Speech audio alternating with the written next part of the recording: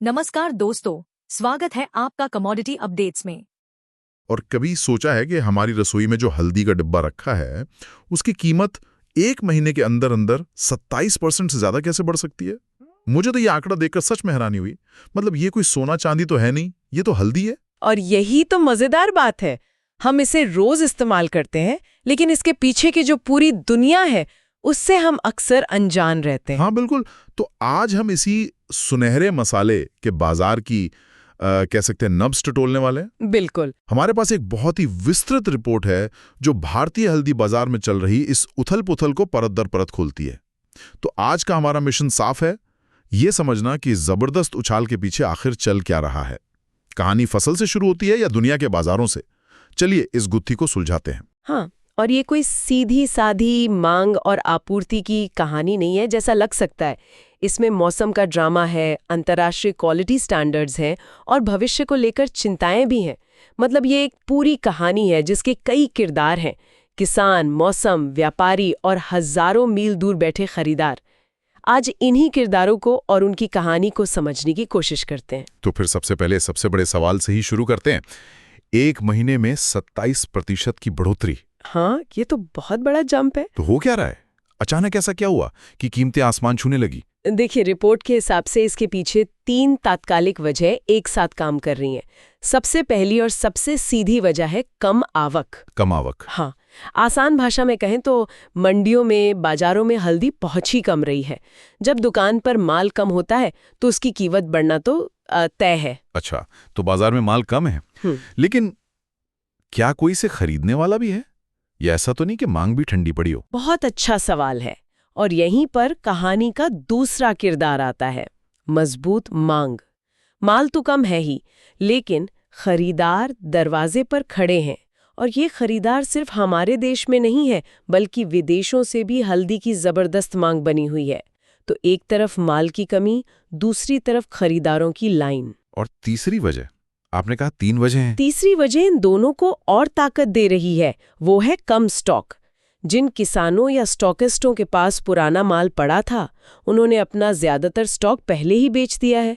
सोचिए, बाजार में नई फसल आने से ठीक पहले पुराने गोदाम लगभग खाली हो चुके हैं। मतलब नई फसल आने से पहले ही बाजार में एक तरह का सन्नाटा है। पुराना माल खत्म, नए का इंतजार। इससे तो बेचने वालों का पड़ा भारी हो गया होगा। आपने बिल्कुल सही पकड़ा। इसी कम स्टॉक ने बाजार को एक ऐसा मजबूत बेस दे दिया है कि कीमतें नीचे आने का नाम ही नहीं ले रही हैं। ये तीनों चीजें, कम आवक, मजबूत मांग और खाली होते गोदाम, मिलकर इस तूफान की वजह बन रही हैं। एक मिनट, यहीं पर रिपोर्ट की एक बात मेरे गले नहीं उतर रही है।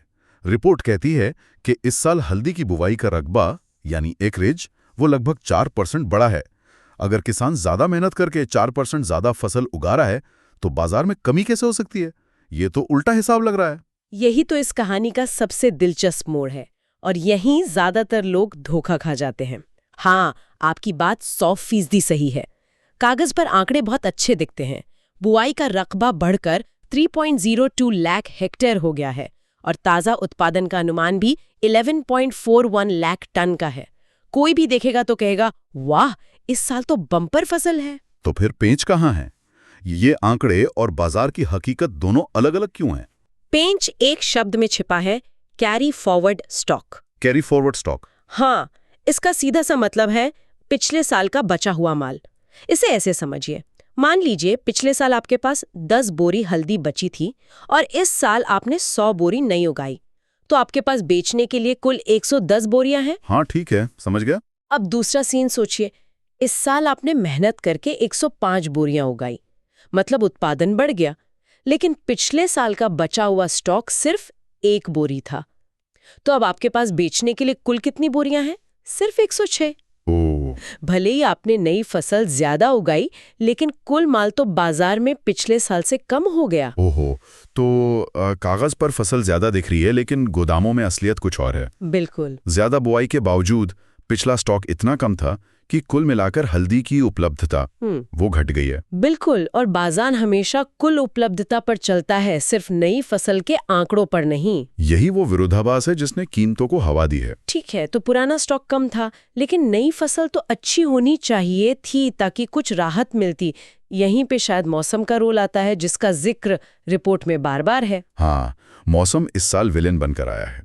रिपोर्ट साफ साफ कहती है कि महाराष्ट्र, आंध्र प्रदेश और कर्नाटक, जो हल्दी के बड़े गढ़ हैं, वहां पैदावार पर बुरा असर पड़ा है। अच्छा, और इसकी मुख्य वजह रही अगस्त-सितंबर में हुई बेमौसम भारी बारिश। किस तरह का असर? मतलब फसल बर्बाद हो गई? मराठवाड़ा जैसे इलाकों में तो रिपोर्ट के मुताबिक 25 से 30% खेतों में पानी भर गया। अब हल्दी जमीन के नीचे होती है, कंद के रूप में। जब खेतों में ज्यादा दिन पानी भरा रहता है तो उसमें कंद सड़न यानी राइजोम रॉट होने का खतरा बढ़ जाता है। अच्छा। इसके अलावा नमी की वजह से एफ्लाटॉक्सिन नाम का एक फंगस लगने का भी डर रहता है, जो पूरी फसल की क्वालिटी को बर्बाद कर सकता है। ये निर्यात के लिए तो जहर बराबर है। लेकिन रिपोर्ट में एक और बात है, कहानी का दूसरा पहलू। ऐसा कहा गया है कि तेलंगाना, आंध्र प्रदेश और तमिलनाडु के कुछ दूसरे हिस्सों में तो पैदावार बढ़ी भी है। पिछले साल के 35 लाख बोरियों के मुकाबले इस साल 40 लाख बोरियों की उम्मीद है। तो क्या ये नुकसान की भरपाई नहीं कर पा रहा? ये बहुत जरूरी सवाल है। देखिए, कृषि बाजार कभी भी एक जैसा नहीं होता। एक जेब से पैसा निकलता है तो दूसरी में जाता भी है। हाँ, कुछ इलाकों में फसल अच्छी हुई है, लेकिन जो प्रमुख उत्पादक बेल्ट हैं, जैसे महाराष्ट्र का मराठवाड़ा, वहां जो नुकसान हुआ है उसका असर पूरे देश के बाजार की धारणा पर पड़ता है। जब बड़े खिलाड़ी लड़खड़ाते हैं तो पूरे बाजार का सेंटिमेंट हिल जाता है। कुल मिलाकर बढ़त के मुकाबले नुकसान का असर ज्यादा भारी पड़ रहा है। तो एक तरफ तो हमारे अपने देश में ही हल्दी की कमी महसूस हो रही है। इस कमी का असर तो तब और बढ़ जाता होगा जब दुनिया भर से खरीदार दरवाजे पर खड़े हों। यूरोप और अमेरिका जिनकी बात हो रही है, वो क्या देख रहे हैं? अब हम कहानी के अंतर्राष्ट्रीय पड़ाव पर आ गए हैं। भारत दुनिया का सबसे बड़ा हल्दी उत्पादक और निर्यातक है, और हमारे सबसे बड़े ग्राहक है यूरोप और अमेरिका। ये वो ग्राहक हैं जो सिर्फ कीमत नहीं देखते, वो क्वालिटी पे बहुत ज्यादा ध्यान देते हैं। वो सिर्फ पीली हल्दी नहीं खरीद रहे, वो सुरक्षित हल्दी खरीद रहे हैं। सुरक्षित हल्दी से क्या मतलब है? इसका मतलब है ऐसी हल्दी जिसमें कीटनाशकों के अवशेष यानी रेजिड्यू एक तय सीमा से कम हो। यहीं पर आईपीएम यानी एकीकृत कीट प्रबंधन तकनीक बहुत जरूरी हो जाती है।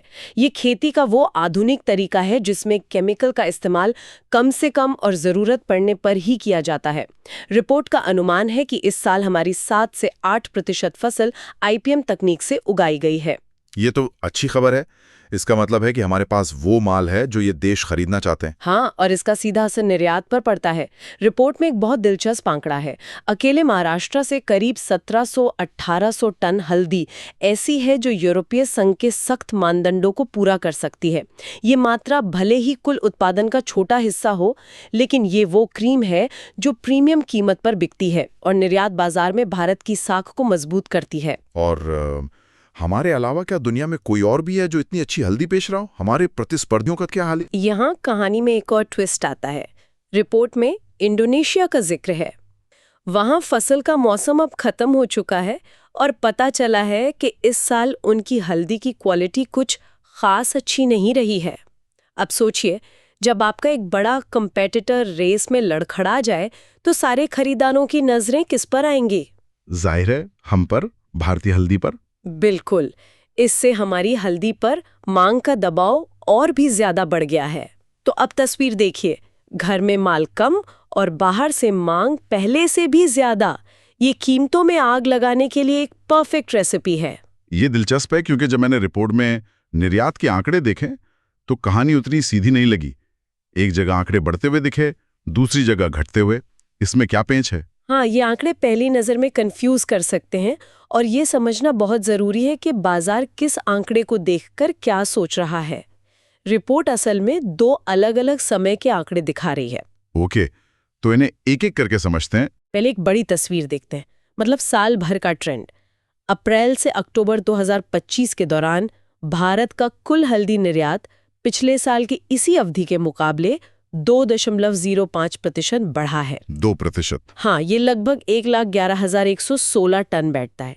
ये हमें बताता है कि पूरे साल अंतर्राष्ट्रीय मांग में कोई कमी नहीं थी, बल्कि वो मजबूत बनी रही। ठीक है, ये तो मांग वाली बात को पक्का करता है। तो फिर गिरावट वाली बात कहाँ से आई? गिरावट वाली बात हाल फिलहाल की तस्वीर से आती है, यानी महीने दर महीने के ट्रेंड से। अगर हम सिर्फ अक्टूबर 2025 के महीने को देखें तो निर्यात पिछले साल के अक्टूबर के मुकाबले 9.42% गिरा है। और सिर्फ इतना ही नहीं, ये पिछले महीने यानी सितंबर 2025 से भी 12.63% कम है। अरे, तो इसका क्या मतलब निकाले? क्या अचानक से दुनिया ने हल्दी खरीदनी बंद कर दी? नहीं, ऐसा नहीं है। इसका सबसे संभावित मतलब ये है कि जो कीमतें बेतहाशा बढ़ी हैं, वो अब असर दिखाने लगी हैं। हो सकता है कि विदेशी खरीदार बढ़ी हुई कीमतों को देखकर थोड़ा रुक गए हों और रोको और देखो की नीति अपना रहे हों।